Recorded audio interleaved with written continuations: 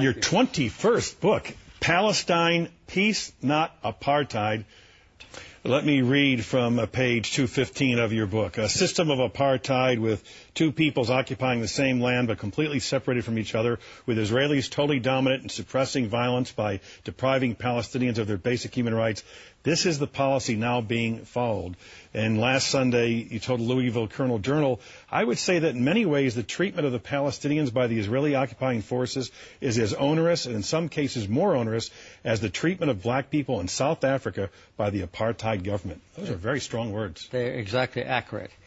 And I think I should point out quickly that the book refers to Palestine and not to Israel. And I also make clear in the book that the apartheid that is perpetrated now on the Palestinians in the occupied territories is not based on racism. It's based on the desire by a minority of Israelis for Palestinian land.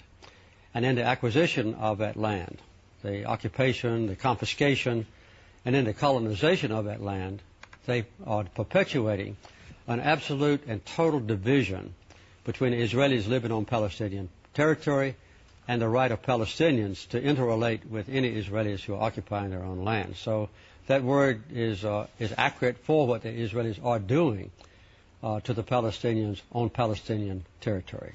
The Arabs that live in the occupied territories, which is not Israel's territory, but their own, are horribly abused. And I don't think anyone could go to the West Bank and Gaza or even to East Jerusalem and see what's happening now to the Palestinians that would disagree with my use of the word apartheid. As I read your book, this struck me, particularly from someone in political life. You wrote the following: there are constant and vehement political and media debates in Israel concerning its policies in the West Bank, but because of powerful political, economic, and religious forces in the United States, Israeli government decisions are rarely questioned or condemned.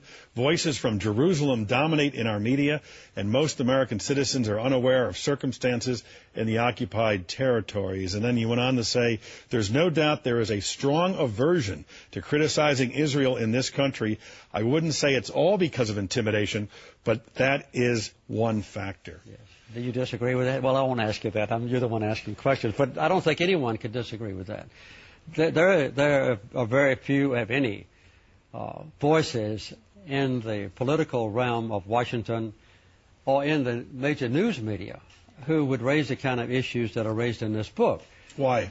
I have said in the book, I don't know if it's intimidation or just reticence. There are some factors that are involved even in the religious circles, but it's almost completely unacceptable in this country for any public official to criticize the policies of Israel, even if they are horribly abusive against the Palestinians and violate human rights. This is in effect taking on the, quote, Israeli lobby or the Jewish lobby. That's part. The Jewish lobby may be part of it. I didn't say that in the book, but I think that's part of it. But even, I don't think that the Washington Post or the New York Times or NBC or others are intimidated by the Jewish lobby. But I think there's a reticence, even in public fora, to describe both sides of the issues in the West Bank.